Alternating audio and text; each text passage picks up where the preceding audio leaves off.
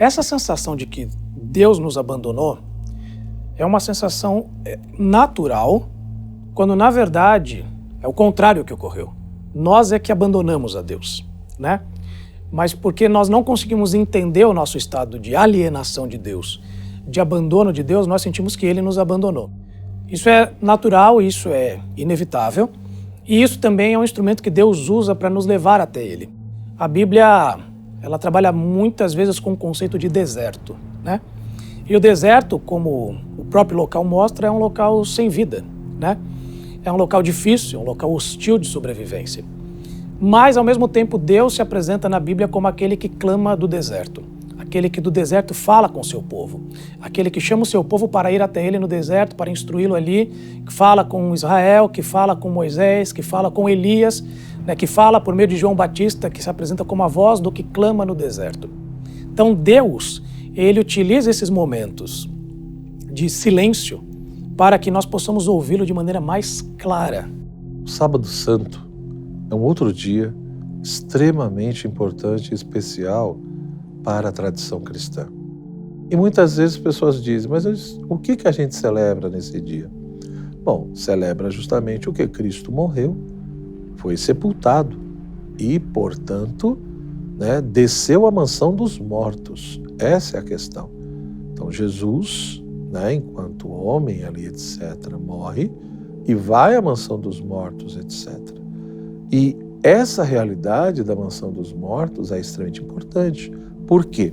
Porque ele vai lá justamente para, em primeiro lugar, mostrar que ele queria realmente suportar toda a consequência e pena, do pecado. Expiar toda a nossa culpa.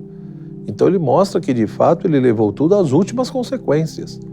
Ele não tinha pecado, mas se fez pecado por nós, deu a sua vida, desceu à mansão dos mortos, mostrando como ele queria realmente suportar toda a pena do pecado e nos libertar e expiar de toda a culpa.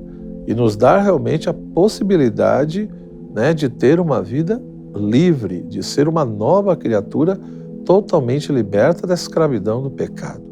Por exemplo, Cristo, Cristo estava naquela cruz e em determinado momento, ele clama, Deus meu, por que me desamparaste? E nós temos aqui uma relação dupla, quase que paradoxal, porque ao mesmo tempo em que Cristo ele estava lidando ali com uma separação, com uma ruptura com o Pai, porque naquele momento Deus Filho estava recebendo sobre si os pecados da humanidade, então houve uma ruptura que é um mistério, algo aconteceu na relação trinitária, que nós não sabemos exatamente o que foi, apenas o Pai, o Filho e o Espírito são capazes de expressar. Mas ele sentiu essa separação, essa ruptura, esse deserto, esse abandono. Mas ao mesmo tempo que Cristo está fazendo isso, ele sabe que naquela sensação, ou por meio dela, ou ao término daquele momento, ele terá um reencontro com o Pai. Por que eu digo isso? Porque Cristo, na verdade, ali, ao dizer Deus meu, por que me desamparaste, ele não está criando uma frase de efeito naquele momento. Ele está citando um salmo.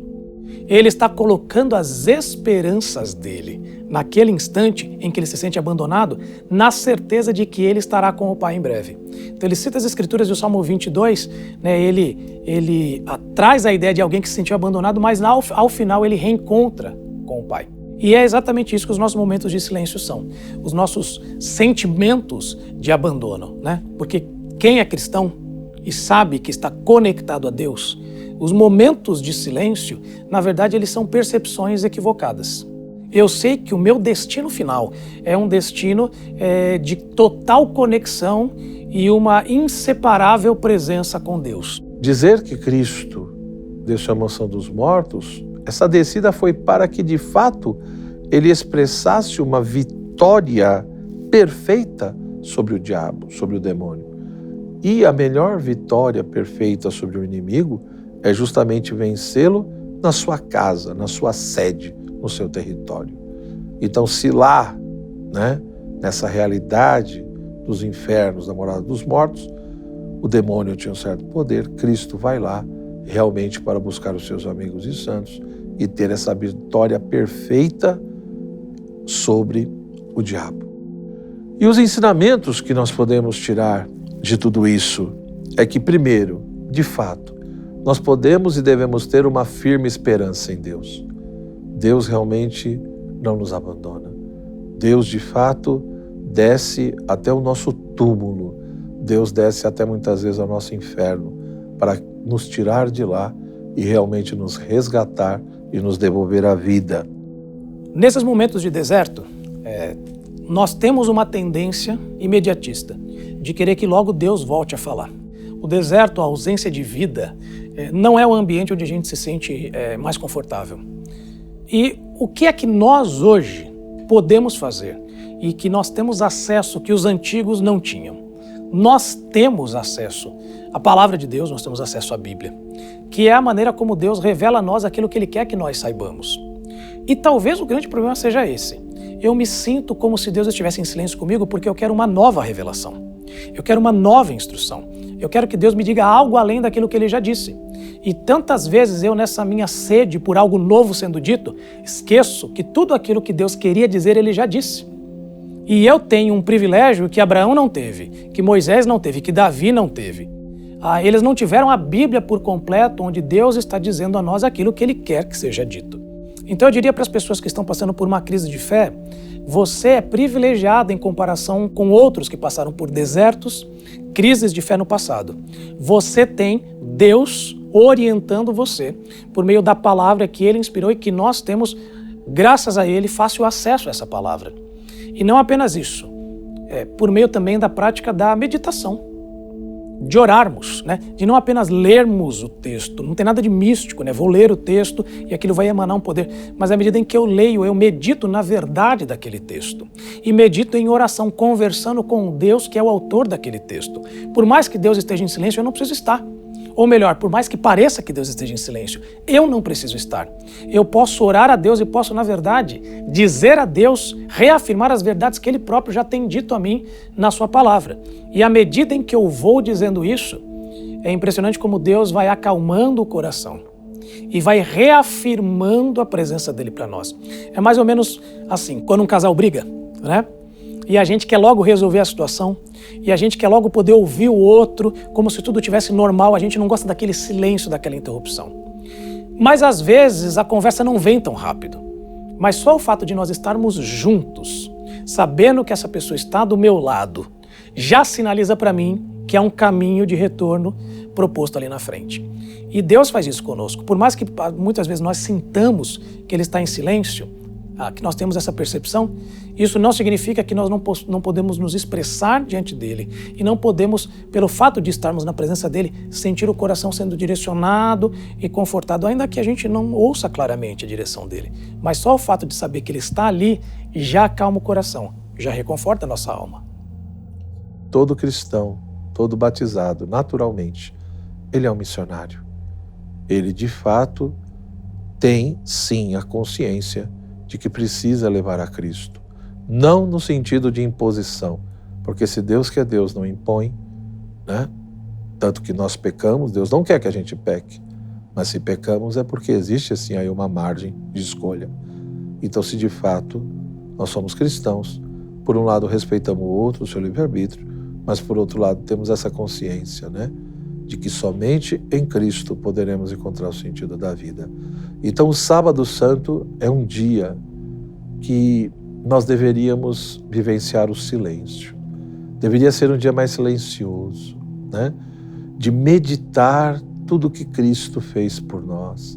Esse silêncio do sepulcro deveria nos lembrar justamente isso, a nossa finitude, a nossa mortalidade. Cristo desceu à mansão dos mortos. Nós também um dia vamos morrer. Nós também um dia vamos descer ao túmulo. E aqui tem um duplo aspecto que é muito importante. Primeiro é esse, um dia vamos morrer e vamos descer ao túmulo. E aí? Depois da nossa morte, será que de fato vamos viver com Deus ou vamos ser condenados para sempre? Após a morte, a vida continua, a existência continua. Mas a questão é que também nessa vida, infelizmente, às vezes, alguns já estão dentro do sepulcro. Alguns, muitas vezes, são mortos-vivos, são verdadeiros zumbis. Ou seja, aquele que é escravo do pecado, aquele que tem uma vida cheia de vícios, aquele que de fato vive longe do seu Senhor e Criador, existencialmente, ele está dentro de um túmulo. Mas o Sábado Santo nos mostra que nós podemos ter esperança, porque mesmo estando num túmulo, Cristo desce no nosso túmulo, no nosso inferno, para nos dar a vida. Por isso, não tenha medo também de descer ao inferno do outro, para que ele possa subir aos céus, se apoiando em você, em Cristo Jesus. Por que o sábado de aleluia, né? Eu posso dar algumas respostas. Eu posso falar sobre o fato de haver profecias no Antigo Testamento, né? Especialmente lá o relato de Jonas, de 3 dias dentro do ventre do peixe, e que a ressurreição de Jesus seria da mesma maneira, no mesmo molde, então haveria um intervalo entre a morte e a ressurreição, não seria algo imediato, né? Haveria um intervalo. Há um aspecto da cultura da época, porque eles não tinham a medicina que nós temos hoje. E muitas doenças que envolviam desmaios ou estados de animação suspensa eram considerados morte para eles. Então eles precisavam de alguns dias até verificar se de fato aquilo não era apenas uma doença, um estado clínico, e era de fato uma morte. Por isso até que quando o grande amigo de Jesus, Lázaro, morre, ele demora 4 dias para ir até lá, para que ele tivesse morto mesmo, né? Mortinho da Silva. E dentro daquela cultura, 3 dias era o prazo para que não fosse uma doença, para que ele tivesse de fato morto. E Cristo precisava de fato morrer, não adiantava Cristo apenas desmaiar, senão ele não teria pago o preço dos nossos pecados, ok? Então existe aqui uma questão envolvendo por que tem esse distanciamento cronológico. Mas pensando no sábado de aleluia em si, é impressionante porque os relatos do que nós temos nesse sábado são de angústias da alma humana.